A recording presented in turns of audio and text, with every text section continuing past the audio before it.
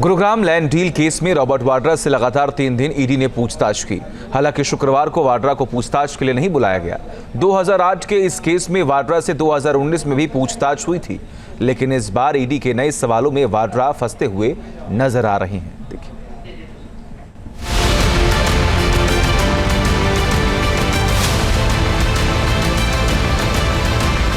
Gurugram land deal case Robert Vadra के गले की फांस बन गया है।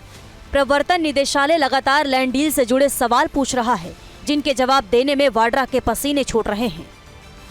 ईडी ने लगातार तीसरे दिन रॉबर्ट वाड्रा को ऑफिस बुलाकर पूछताछ की। हालांकि वाड्रा दावा कर रहे हैं कि उनसे वही सवाल पूछे जा रहे हैं जो 6 साल पहले किए गए थे।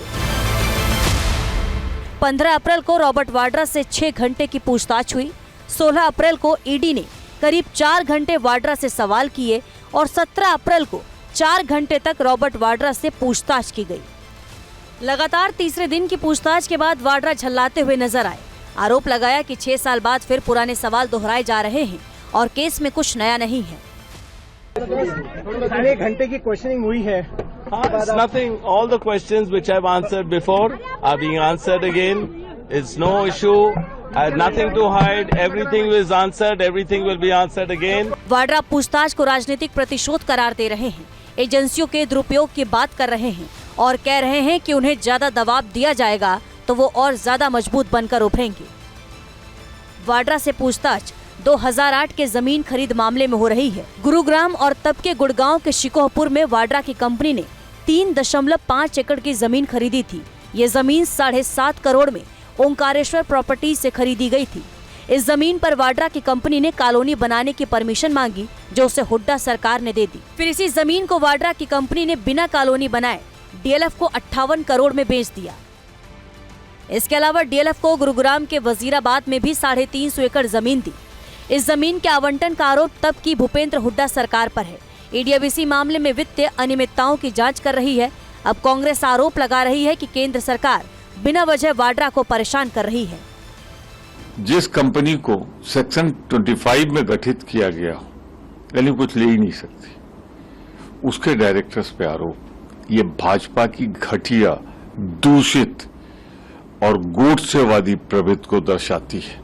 ये जो नफरत की राजनीति कर रहे हैं, कानून को अपने हाथ में ले रहे हैं। मैं भाजपा को सिर्फ इतना कहना चाहता हूं, लोकतंत्र में जो तानाशाही चला रहे हो, ये देश के लिए शुभ संकेत नहीं है।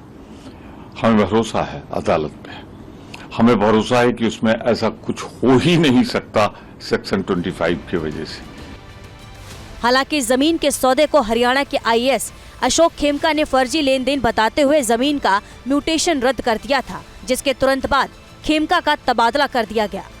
अब वाड्रा और कांग्रेस भले ही सरकारी एजेंसियों पर दुरुपयोग के आरोप लगा रहे हों, लेकिन बीजेपी का कहना है कि लैंड डील में घोटाला हुआ, जिसकी जांच के बाद सच सामने आ जाएगा।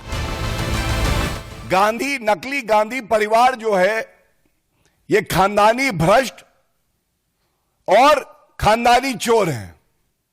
ये मैं इसलिए कहता हूं कि जीजा जी जमीन घोटाले में भूमाफिया बन के किसानों की जमीन हड़पते हैं। भारत के नागरिकों को और किसानों को लूटेंगे, उनकी जमीन हड़पेंगे। ये एक बड़ा सवाल सामने आता है और बेशर्मी तो ये है, कोई सवाल इनसे ना पूछे। रॉबर्ट वाड्रा से स्काईलाइट हॉस्पिटैलिटी और डीएलएफ के बीच हुए जमीन के सौदे से जुड़े सवाल पूछे जा रहे हैं। इस केस में शिकायतकर्ता का दावा है कि ओंकारेश्वर प्रॉपर्टीज को वाड्रा की कंपनी ने चेक से पेमेंट किया, लेकिन ये चेक कभी बैंक में जमा ही नहीं किया गया। इन आरोपों की जांच ही ईडी कर रही है और वाड्रा इसमें फंसते जा रहे हैं। Team news nation. News nation अब व्हाट्सएप पर खबरों के ताजा अपडेट के लिए न्यूज नेशन के इस क्यूआर कोड को स्कैन करें।